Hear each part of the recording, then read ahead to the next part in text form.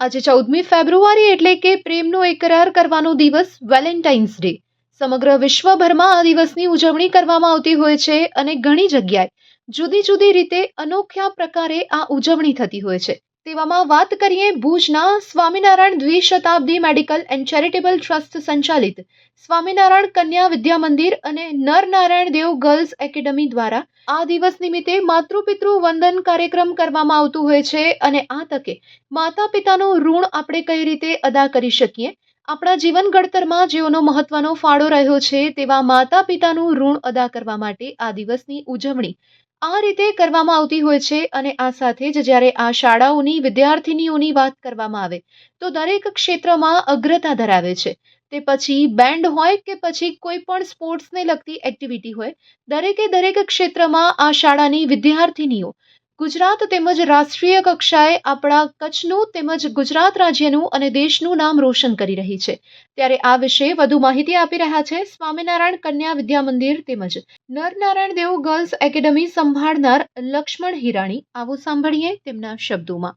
લક્ષ્મણભાઈ હિરાણી, શ્રી સ્વામિનારાયણ કન્યા વિદ્યા મંદિર અને શ્રી નરનારાયણ દેવ ગર્લ્સ એકેડેમી, જે શ્રી સ્વામિનારાયણ મંદિર નરનારાયણ દેવ ભુજ પ્રેરિત શ્રી સ્વામિનારાયણ દ્વિશતાબ્દી મેડિકલ એન્ડ ચેરિટેબલ ટ્રસ્ટ સંચાલિત આ બંને શાળાઓનો જોઈન્ટ સેક્રેટરી છું.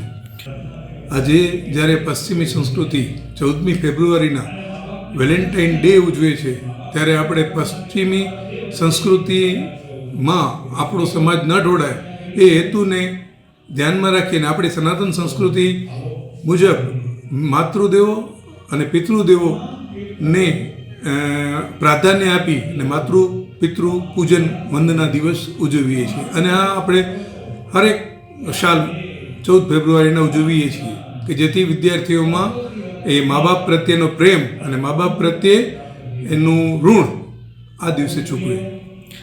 આજે અમારી દીકરીઓ લગભગ 16 થી 17 લાખના ઇનામો ખેલ મહાકુંભ હોય કે ગુજરાતથી કરી અને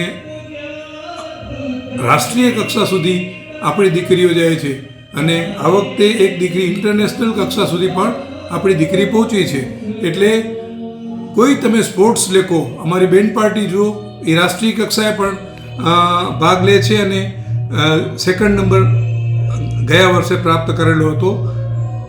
31મી ડિસેમ્બરમાં આપણા માનનીય પ્રધાનમંત્રી શ્રી નરેન્દ્ર મોદી સાહેબ સ્ટેચ્યુ ઓફ યુનિટી આવે છે તો દર વખતે આપણી જ સ્કૂલને ત્યાં આમંત્રણ મળે છે, કારણ કે આપણે ગુજરાતમાં ચેમ્પિયન છીએ.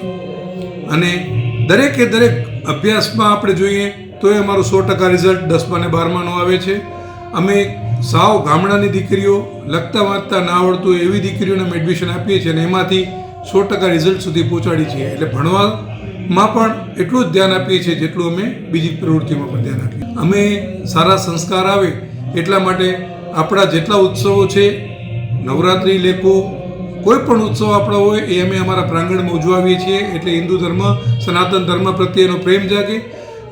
વખતો વખત સારા મોટિવેશનલ સ્પીકરોને અમે બોલાવીએ છીએ કે જેથી એને થોડું પ્રમોશન મળે. અમારા સાંખ્યોગી બાઈ એ પણ મહિને એકવાર આવી અને એ લોકોને ધાર્મિક શિક્ષણ અને એવા સંસ્કારો આપે કે જેથી એનું ખાલી શિક્ષણ નહીં પણ સાથે એનામાં સંસ્કાર પણ આવે એનું ખાસ ધ્યાન રાખીએ છીએ.